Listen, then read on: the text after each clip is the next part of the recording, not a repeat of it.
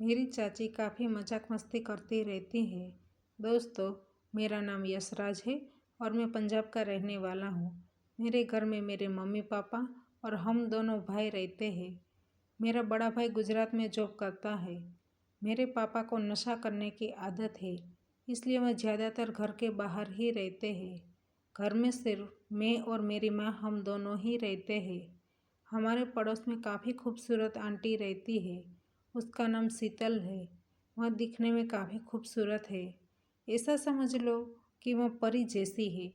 यह घटना तब हुई जब हम लोग एक किराए के घर में रहते थे। हमारे घर के सामने के घर में दो लड़के भी रहते थे। वह दोनों वहाँ रहकर पढ़ाई करते थे। वह दोनों 21-22 साल के थे। शीतल आंटी की उम्र 30 साल थी। आंटी दिखने में काफ़ी खूबसूरत है, इसलिए वह दोनों लड़के उसको देखते रहते थे। उसमें से एक का नाम निखिल था। वह मेरी आंटी को देखते रहता था। अंकल ज़्यादातर काम की वजह से बाहर ही रहते थे, इसलिए आंटी को भी शायद सुख नहीं मिलता होगा। इसलिए वह किसी के भी साथ दोस्ती करने के लिए तड़पती रहती थी। फिर निखिल ने आंटी के साथ बात करना शुरू किया। अंकल की अनुपस्थिति में आंटी ने भी निखिल के साथ बात करना शुरू किया। धीरे धीरे दोनों फ़ोन पर बातें करने लगे थे, लेकिन वह सामने एक दूसरे को मिलते नहीं थे। शायद उन दोनों को अकेले मिलने का मौका भी नहीं मिलता था। शायद थोड़ा संकोच भी था, क्योंकि दोनों एक दूसरे के साथ खुलकर बातें नहीं करते थे। ऐसे ही कुछ दिन बीत गए। एक दिन थोड़ी देर के बाद निखिल कमरे से बाहर आया। निखिल आंटी के साथ फ़ोन पर बात कर रहा था। रविवार के दिन यह घटना हुई थी। उस दिन मैं स्कूल नहीं गया था। सुबह के 10 बजे थे और अंकल भी किसी काम की वजह से बाहर गए थे। अंकल के जाने के तुरंत बाद ही आंटी ने निखिल को फ़ोन किया। मैं सुन रहा था। आंटी कह रही थी कि निखिल, तुम मुझे बस स्टॉप के पास लेने के लिए आओ, जहाँ हम पहली बार मिले थे। उस तरफ से निखिल ने ओके बोला और फ़ोन रख दिया। फिर आंटी नहाने के लिए चली गई। नहाकर आने के बाद उसने मुझे पूछा, क्या तुमको घूमने के लिए आना है? मैं मन में सोच रहा था कि मैं आंटी के साथ जाऊंगा तो निखिल क्या करेगा वह भी मैं देख लूँगा। चाची के नहाने के बाद मैं भी नहाने चला गया। वॉशरूम पास में ही था। कमरे का दरवाज़ा खुला था। वॉशरूम में सब कुछ सुनाई दे रहा था। फिर से मुझे सुनाई दे रहा था कि उसको निखिल का फ़ोन आया है। निखिल उसको पूछ रहा था कि आपने किस कलर के कपड़े पहने हैं। आंटी ने कहा, उसने पिंक और वाइट। दोनों इस तरह बातें कर रहे थे। नहाने के बाद मैंने दरवाज़ा खोला। वॉशरूम उनके घर के सामने ही था, इसलिए मैंने देखा कि आंटी वाइट कलर का ब्लाउज और पिंक कलर की ब्लैक नेट साड़ी पहनी हुई थी।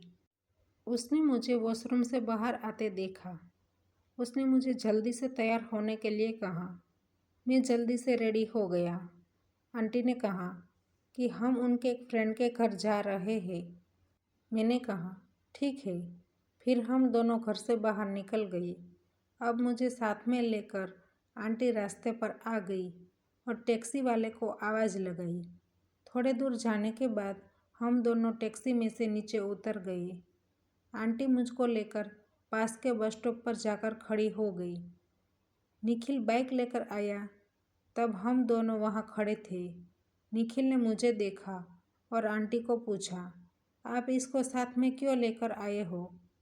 तो आंटी ने कहा, उनके घर कोई नहीं था, वह बिल्कुल अकेला था, इसलिए साथ में आया है। फिर हम सब लोग निखिल की बाइक में बैठकर एक रेस्टोरेंट में गए। निखिल ने कुछ ऑर्डर किया और हम दोनों ने थोड़ा नाश्ता किया। फिर 1 घंटे के बाद हम सब लोग वहाँ से निकल गए। मैंने सोचा, हम सब लोग अब घर चले जाएंगे, लेकिन थोड़े आगे जाने के बाद निखिल ने बाइक एक मेडिकल स्टोर पर रोका और नीचे उतरकर दुकान के अंदर चला गया। उसने हम दोनों को बाहर इंतज़ार करने के लिए कहा। मैं दुकान के अंदर देख रहा था तो निखिल ने दुकानदार से कुछ मांगा। दुकानदार ने कुछ दिखाया तो निखिल ने हाँ कहा। निखिल को लग रहा था कि उसने क्या लिया है उस बारे में मैं जानता नहीं होगा और मुझे इस चीज़ के बारे में कुछ भी पता नहीं होगा, लेकिन मेरे सारे दोस्त काफ़ी टैलेंटेड है, इसलिए मुझे इन सब चीज़ों के बारे में पहले से ही पता था। मेरे सामने निखिल ने वह सब कुछ आंटी को दिया और कुछ दवाई भी ली, लेकिन मुझे पता नहीं था कि वह दवाइयाँ किस चीज़ के लिए थी। फिर हम सब लोग वहाँ से निकल गए। फिर निखिल हमें किसी जगह पर लेकर गया। वहाँ काफ़ी छोटा कमरा था। वहाँ जाकर आंटी लेट गई और निखिल बार बार उसको देख रहा था और आंटी भी अलग अंदाज में उसको देख रही थी। वह दोनों बातें कर रहे थे। फिर थोड़ी देर के बाद निखिल बाहर से पानी का गिलास लेकर आया। मैंने देखा कि पानी के गिलास में कुछ वाइट कलर का दिखाई दे रहा था, इसलिए मैं समझ गया था कि निखिल ने पानी में कुछ मिलाया है।